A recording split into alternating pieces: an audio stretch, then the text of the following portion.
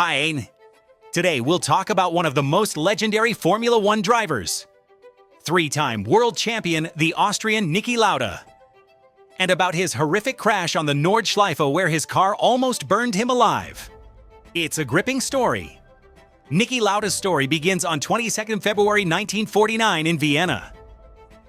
The story is fairly ordinary at first. Lauda grew up in a wealthy family. His parents did not share their son's passion for motorsport and wanted him to become a doctor or a lawyer.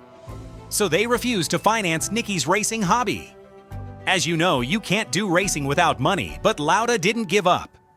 He began his career in small European series, Mini, Formula V, and also raced in Porsche and other sports classes, but the Austrian did not achieve spectacular results there. To step up to a fundamentally new level, in 1971, Lauda took out a big bank loan and finally bought himself a seat with the March team in Formula 2. Effectively, Niki Lauda became one of those much-maligned pay drivers. And it's worth noting that his F2 results were good enough that team owner Robin Herd invited Lauda to race for the team in Formula 1. The next season, Niki raced in both F2 and F1. Despite successes in Formula 2, the Austrian's start in the top category was rough. Niki Lauda finished the season without a single point. But he refused to give up. He took another loan and bought a seat with the British team BRM for the 1973 F1 season. Overall, he showed good driving, but the reliability of the car left a lot to be desired. 9 retirements in 15 races and only 2 points in the end. Everything changed in 1974. Ferrari, which at that time was not enjoying the best years, decided to refresh its driver lineup.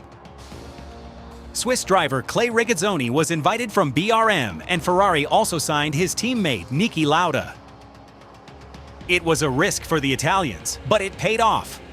Already at the 4th round in Spain, Lauda won, and he finished the season 4th overall while his Swiss teammate became vice champion. That was only the beginning. The next season, Lauda took his first world title with Ferrari. And in 1976, the fight became a real battle to the death. That season, the title fight raged between Niki Lauda in the Ferrari and James Hunt in the McLaren, a rivalry later dramatized in the film Rush. Lauda won 5 of the first 9 races and built a comfortable lead on the way to a second title. But everything changed on 1st of August 1976 at the Nürburgring. The length of the Nürburgring Nordschleife, the Northern Loop, is over 22 kilometers, making the Nordschleife one of the deadliest circuits in the world. By 1970, the Nordschleife had seen 69 fatalities in official competition. And in a Top Gear episode, Jeremy Clarkson later claimed the track had claimed more than 200 lives over the years. 3-time world champion Sir Jackie Stewart called the Nordschleife the Green Hell, and was one of those pushing for higher safety standards. In those years, however, racing safety was not the paramount concern it is now.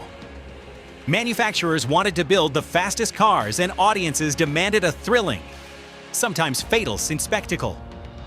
On the original Nordschleife, there were virtually no barriers or safety zones.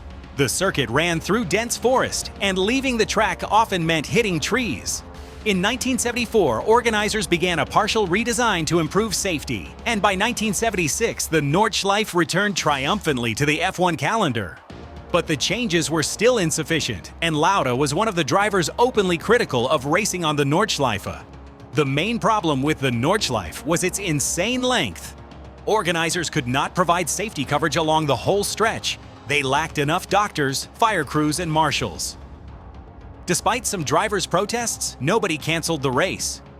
Lauda was accused of cowardice and arrogance, and the crowds wanted spectacle. Lauda initially started that race on intermediate tires because the area around the pit straight was still quite wet.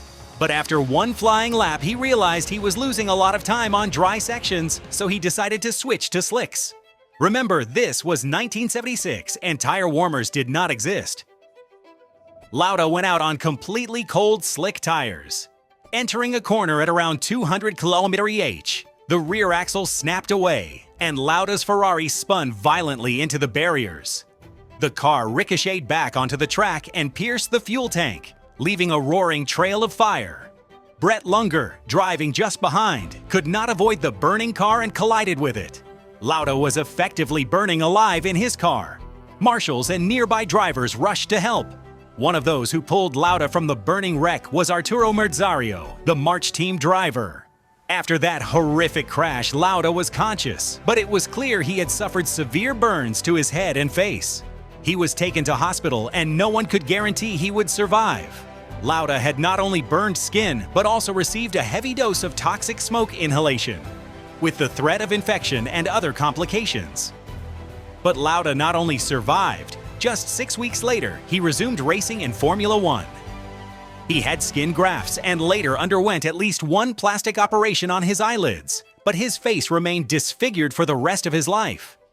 There are two popular theories about the cause of the accident. One blames a mistake by Lauda himself. The other blames a technical failure of the Ferrari. Despite Lauda's remarkably quick return to the paddock, the remainder of the 1976 season went to James Hunt. The title fate was decided at the final race in Japan. Hunt trailed Lauda by only 3 points, but the race was held in torrential rain.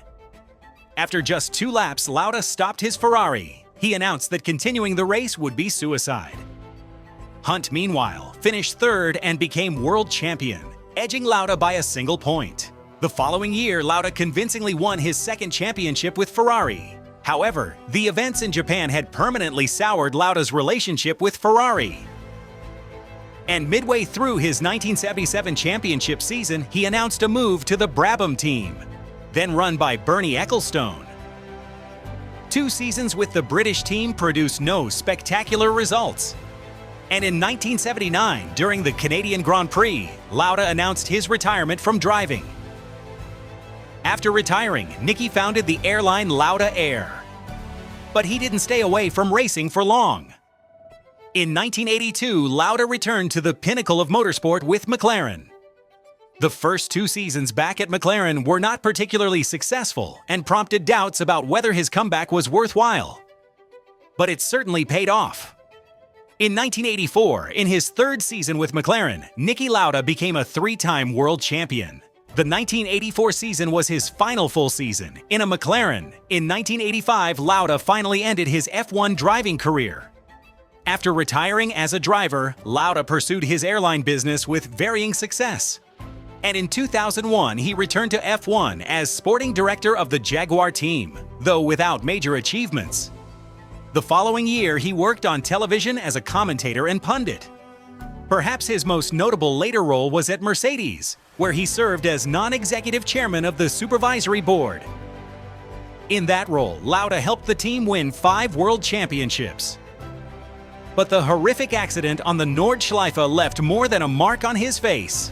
It left health problems that troubled him for the rest of his life. Lauda underwent 2 kidney transplants, and in 2018, after complications from a cold, he underwent a lung transplant. After the operation, he had to take strong immunosuppressants to avoid rejection, which seriously weakened his immune system.